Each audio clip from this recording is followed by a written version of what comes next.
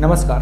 बिहार में विधानसभा चुनाव का बिगुल बज चुका है और कोरोना काल में ये शायद दुनिया का सबसे बड़ा चुनाव है। ऐसे में अब नामांकन भी शुरू हो गए हैं, लेकिन अभी तक सीट शेयरिंग का फॉर्मूला तय नहीं हो पाया है। गठबंधन की कौन सी पार्टी कितनी सीटों पर चुनाव लड़ेगी, ऐसे में दावेदार भी परेशान हैं। भैया आप पहले सीट शेयरिंग वाला मामला निपटा लीजिए, फिर हमको टिकट भी दे दीजिए, क्योंकि अब चुनाव में बहुत कम समय बचे हुए हैं। 8 तारीख नामांकन की आखिरी तारीख है पहले चरण के लिए।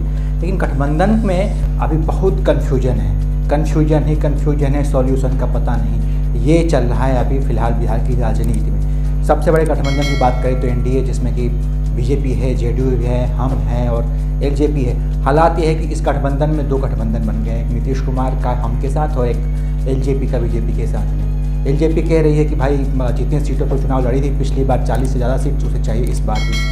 लेकिन समझ में नहीं आता जो पार्टी सिर्फ 2 सीट पर चुनाव जीती है वो इतनी अधिक संख्या में सीट मांग क्यों रही है। भाई जेडीयू भी है, हम भी हैं, इनको भी चुनाव लड़वाना है। अगर एलजेपी को ज़्यादा सीट दे देंगे तो फिर हम कहेंगे कि हाँ भाई मुझे भी चाहिए। तो समझ में नहीं आ रहा, बेवजह के लोग बातचीत बना रहे हैं और बेवजह लोग अलग अलग सीट मांग रहे हैं। इस चीज़ को लेकर पार्टियों में तिक्रम भी फंसा हुआ है, पेच भी फंसा हुआ है। क्या होगा कुछ कह नहीं सकते हैं। एलजेपी साफ साफ कह रही है कि भाई अगर आप मुझे इतना सीट नहीं दे पा रहे हैं तो ठीक है, मुझे उप मुख्यमंत्री बना दीजिए। इस पर भी एनडीए तैयार नहीं है। इसको लेकर लगातार बीजेपी के जो आला कमान है वो लगातार चर्चा भी कर रहे हैं चिराग पासवान से, लेकिन चिराग पासवान बिल्कुल भी नीचे झुकने के लिए तैयार नहीं है। हो सकता है कि जब हम आप ये वीडियो देखें तब तक कुछ सॉल्यूशन निकल जाए, लेकिन अभी तक कोई सॉल्यूशन नहीं निकला है। उसके बाद से देखिए तो दूसरा बड़ा गठबंधन है महागठबंधन। इसका नाम ही महागठबंधन है, लेकिन एक्चुअली में है ये आरजेडी गठबंधन, क्योंकि जो फैसला करना होता है आरजेडी करती है, सबसे बड़ी पार्टी वो है। और कहिए तो कांग्रेस पिछलागू पार्टी बन के रह गई है, लेकिन इस बार कांग्रेस ने शायद ये बात बुरी लग गई। मैं लगातार कह रहा था कांग्रेस के बारे में ऐसा, और शायद ये बात कांग्रेस को बुरी लग गई। वहाँ के नेता मेरा वीडियो देख लिए हूँ, तो उसके बाद से कांग्रेस ने अब कड़ा रुख अपना लिया। कह दिया कि भाई 70 सीट से एक भी कम सीट पर हम चुनाव नहीं लड़ेंगे। अगर आप मुझे 70 सीट दें तो ठीक है, तो गठबंधन से मेरा राम राम।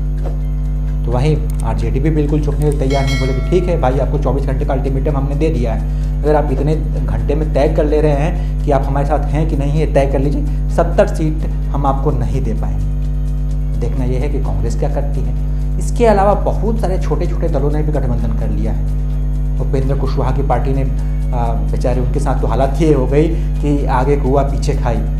उन्होंने बहुत बिल्कुल दिलेरी के साथ तेजस्वी यादव को अपना नेता मानने से इनकार कर दिया, कहा कि हम आपके साथ नहीं रहेंगे और पार्टी से अलग हो गए। लेकिन उसके बाद से एनडीए ने भी उनको भाव नहीं दिया और हालात ये हो गए कि साहब अब एनडीए में भी नहीं आ सकते और वापस आरजेडी के साथ नहीं आ सकते। तो उन्होंने एक नया रास्ता निकाला है और मायावती, जो कि यूपी की बड़ी पार्टी है बीएसपी, उनके साथ गठबंधन कर लिया है। और मायावती ने, मैडम ने कह भी दिया कि अगर हम चुनाव जीतेंगे तो हमारा मुख्यमंत्री उपेंद्र कुशवाहा बनेंगे।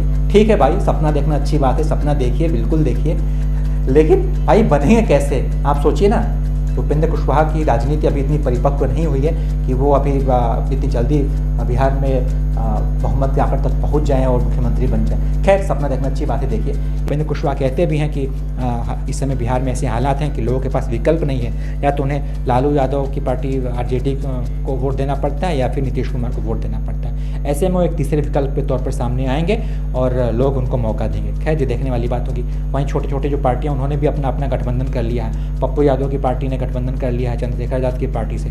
पप्पू यादव जो कि दलितों की राजनीति करते हैं और पानी पी के नीतीश कुमार को गरियाते हैं। लेकिन देखिए, तो उनके इस गठबंधन से कहीं ना कहीं फ़ायदा नीतीश कुमार को ही पहुंचेगा, क्योंकि पप्पू यादव की पार्टी दलितों की राजनीति करती है और वो जो भी उनको वोट मिलेगा वो वोट होंगे महागठबंधन के वोट, यानी महागठबंधन का वोट काटेंगे और फायदा नीतीश कुमार को पहुंचाएंगे।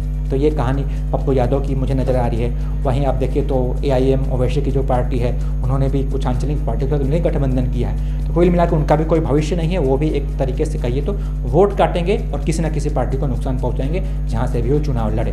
तो ये हालात है गठबंधन का। लेकिन अभी जो सबसे ज़रूरी चीज़ है वो है कि तुरंत पार्टियों को अपना स्टैंड क्लियर करना चाहिए और सीट शेयरिंग तुरंत करना चाहिए, का फॉर्मूला तुरंत सही करना चाहिए, ताकि दावेदार परेशान ना हो जाता और समय पर सबको टिकट मिल जाए, प्रचार करने का सबको अच्छे से मौका मिल जाए। क्योंकि कन्फ्यूजन में प्रचार उतना अच्छा नहीं हो पाता है, और अगर टिकट मिल जाए तो खुल के प्रचार भी करेंगे। फिलहाल देखने वाली बात होगी कि आगे क्या होता है। और बहुत बहुत शुक्रिया कि आपने हमारा वीडियो देखा, और अगर आपको पसंद आए तो इस वीडियो को लाइक कर दीजिएगा। आप चाहें तो शेयर कर सकते हैं, हमारे चैनल को सब्सक्राइब भी कर सकते हैं। बहुत बहुत